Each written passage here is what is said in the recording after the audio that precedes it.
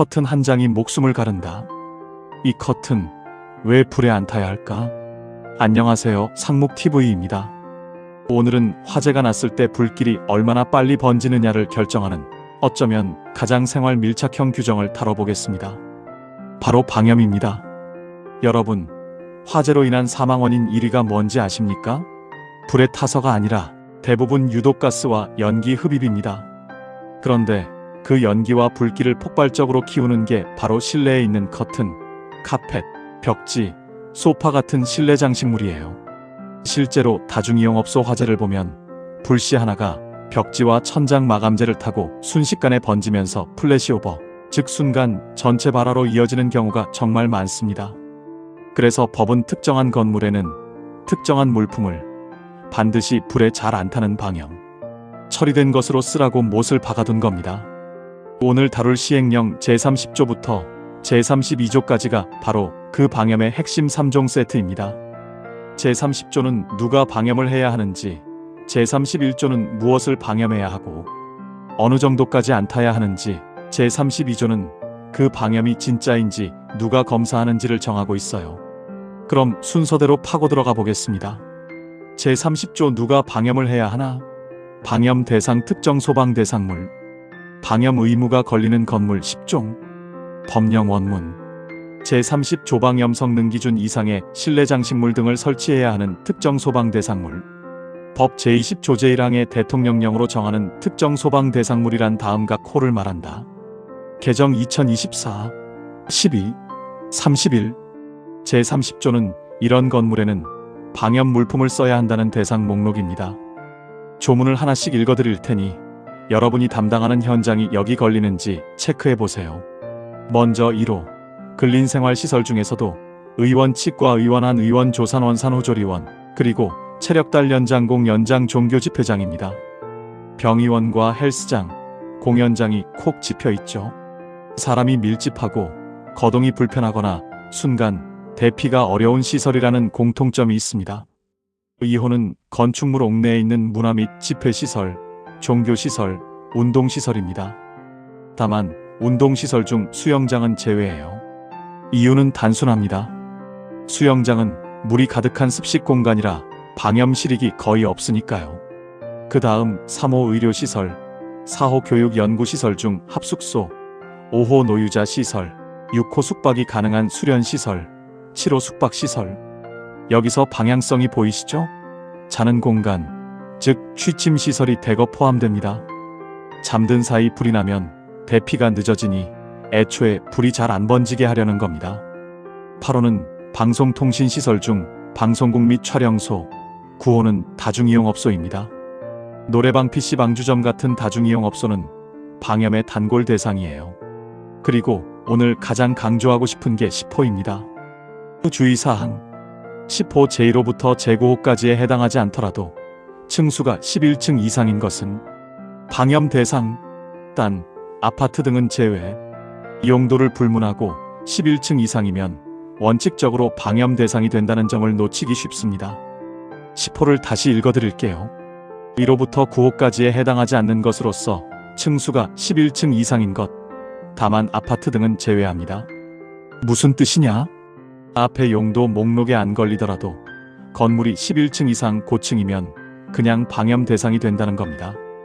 왜 11층일까요?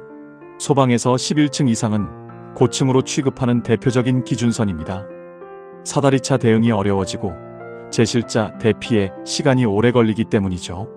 그래서 용도와 무관하게 화재 확산을 조기에 억제하려고 고층 건물 전체에 방염 의무를 얹은 겁니다. 아파트가 빠지는 건 세대별로 방화 구획이 잘 돼 있고 별도 규정 체계가 있어서예요. 실무 TIP, 감리 설계 실무에서는 이 순서로 판단하세요. 우리 건물이 19호 용도에 해당하나? 해당하면 방염 대상 확정, 아니라면 11층 이상인가? 아파트 등 제외 해당하면 방염 대상, 둘 다 아니면 방염 의무는 없으나 제31조 권장 대상인지는 별도 확인. 실무 팁을 드리면 방염 대상 여부는 착공 초기 도서 검토 단계에서 반드시 확정지어야 합니다. 나중에 마감 공사가 끝난 뒤에 여기 방염 대상이었네 하고 뒤늦게 발견하면 이미 붙인 커튼 카펫 벽지를 다 뜯어내야 하는 대공사가 됩니다. 그래서 저는 감리 착수하면 용도와 층수부터 확인해서 방염 대상인지 표시부터 해둡니다. 제31조 무엇을 방염해야 하나? 방염 대상 물품. 방염 대상 물품 2갈래 미리 처리한 물품 vs 천장벽 마감재. 자, 이제 대상 건물이 정해졌으면 그 안에서 무엇을 방염해야 하는지가 관건입니다. 제31조 제1항이 방염 대상 물품 목록인데 크게 두 덩어리로 나뉩니다. 1호는 제조 가공 공정에서 미리 방염 처리를 해서 들여오는 물품, 2호는 건물 천장이나 벽에 부착 설치하는 마감성 물품입니다.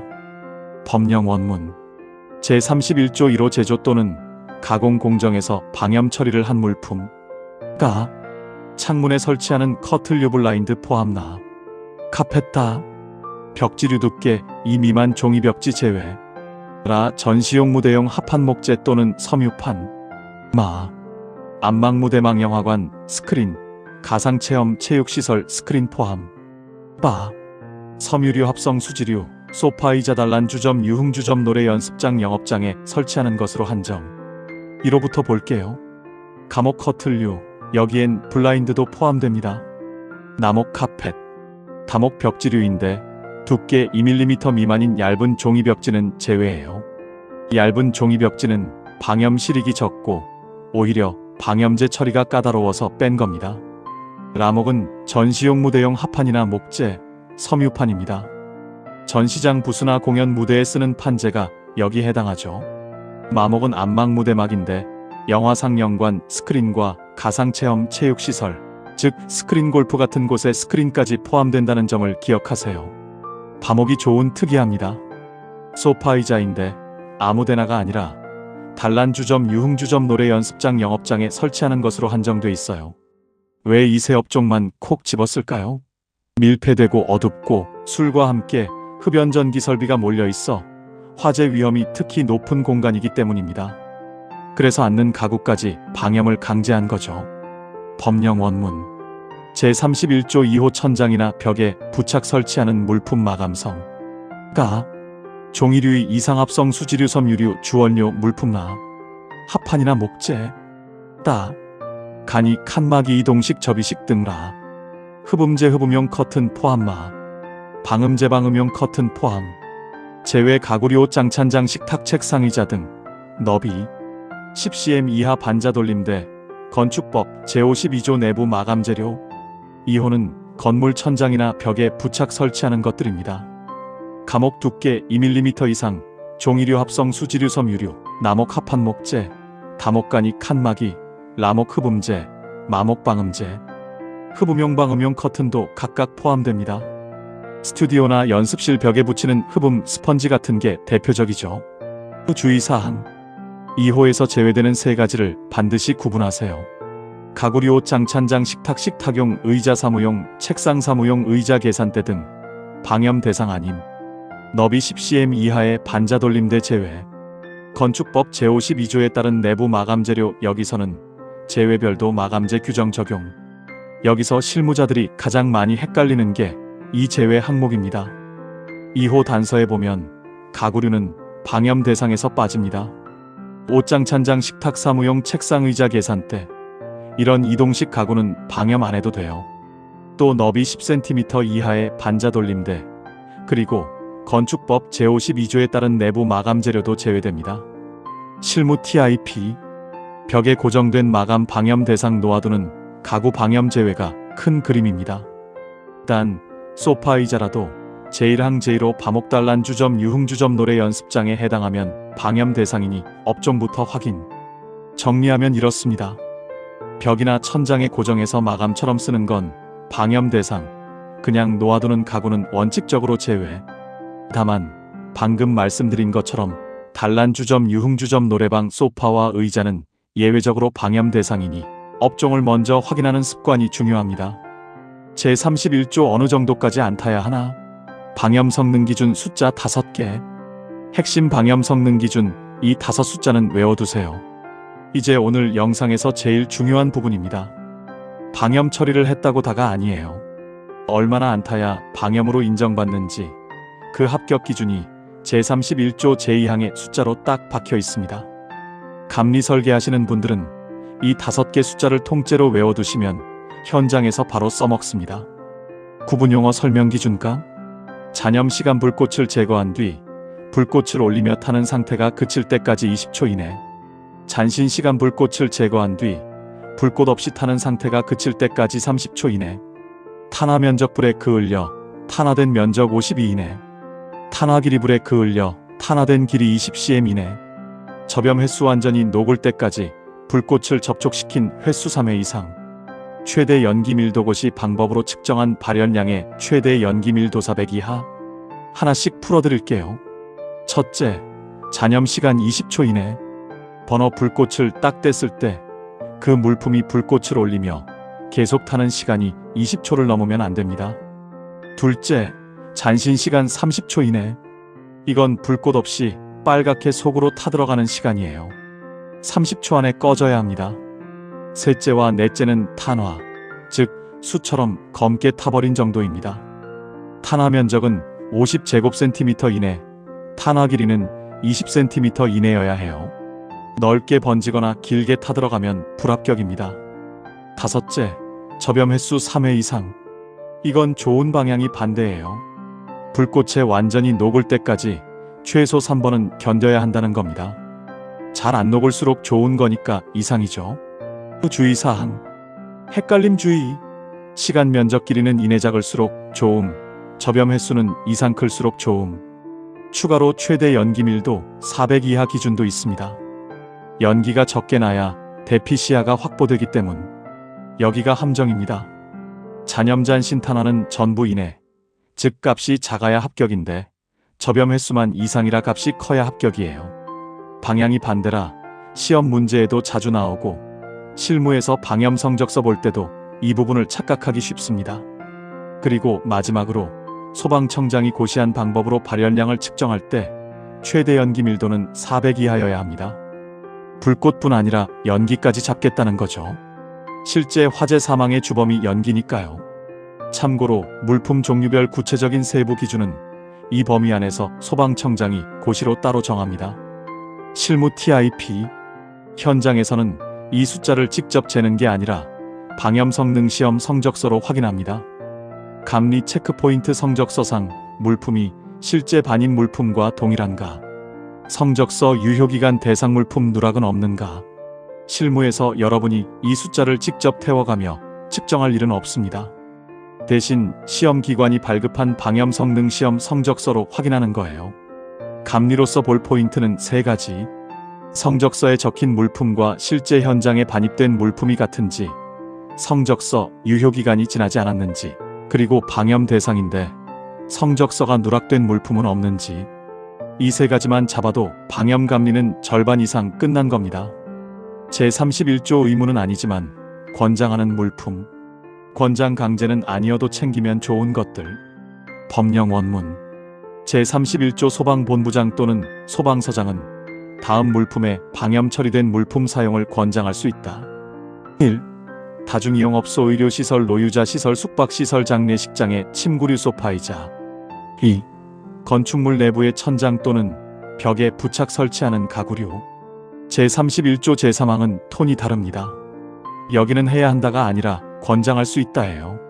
강제가 아니라 권고입니다. 소방본부장이나 소방서장이 이런 것도 웬만하면 방염 제품 쓰세요 하고 권할 수 있는 대상이죠. 대상은 2가지. 첫째, 다중이용업소 의료시설 노유자시설 숙박시설 장례식장에서 쓰는 침구류와 소파, 의자입니다. 병원 침대 매트리스나 요양원 이불 같은 거죠. 둘째, 천장이나 벽에 붙이는 가구류입니다. 아까 제1항에서는 가구가 방염 제외였는데 여기서는 권장 차원에서 다시 등장한다는 점이 포인트예요. 실무 TIP. 의무 대상 제1항과 권장 대상 제3항을 감리 문서에 구분해서 기재하세요. 권장 대상은 미이행에도 위반은 아니지만 안전 컨설팅 관점에서 발주처에 제안하면 신뢰도가 올라갑니다. 감리 실무 팁을 드리면 의무 대상과 권장 대상을 문서상 명확히 구분해 두는 게 좋습니다. 권장 대상은 안 했다고 위반은 아니지만 병원이나 요양시설처럼 취약계층이 있는 곳이라면 감리가 먼저 침구류도 방염 제품으로 가시죠 하고 제안해드리면 발주처 신뢰가 확 올라갑니다. 규정을 안전 컨설팅으로 확장하는 거죠. 제32조 그 방염 진짜인지 누가 검사하나? 방염 성능 검사 시도지사가 맡는 예외 물품. 마지막 제32조입니다. 방염 물품이 기준을 통과했는지 검사하는 걸 방염 성능 검사라고 하는데요. 원칙적으로 이 검사는 소방청장이 실시합니다. 그런데 딱 두 가지 물품은 예외적으로 시도지사가 검사하도록 위임돼 있어요. 제32조가 바로 그 시도지사 검사 대상을 정한 조문입니다. 법령 원문 제32조법 제21조 제1항 단서에 대통령령으로 정하는 방염 대상 물품 시도지사 검사 대상 1. 제31조 1호 라목의 전시용 무대용 합판목재 중 설치 현장에서 방염 처리를 하는 합판목재류 2. 제31조 2호의 방염 대상 물품 중 설치 현장에서 방염 처리를 하는 합판목재류 두 호의 공통 키워드가 뭔지 보이시나요? 바로 설치 현장에서 방염 처리를 하는 합판목재류입니다. 무대 세트나 전시 부스처럼 공장에서 미리 방염해서 오는 게 아니라 현장에서 직접 방염 도료를 바르거나 처리하는 경우가 있잖아요. 이런 현장 방염 합판목재는 소방청장이 아니라 시도지사가 검사합니다. 왜 나눴을까요? 공장에서 대량 생산해 성적서를 받아오는 기성제품은 소방청장이 일괄 관리하는 게 효율적입니다.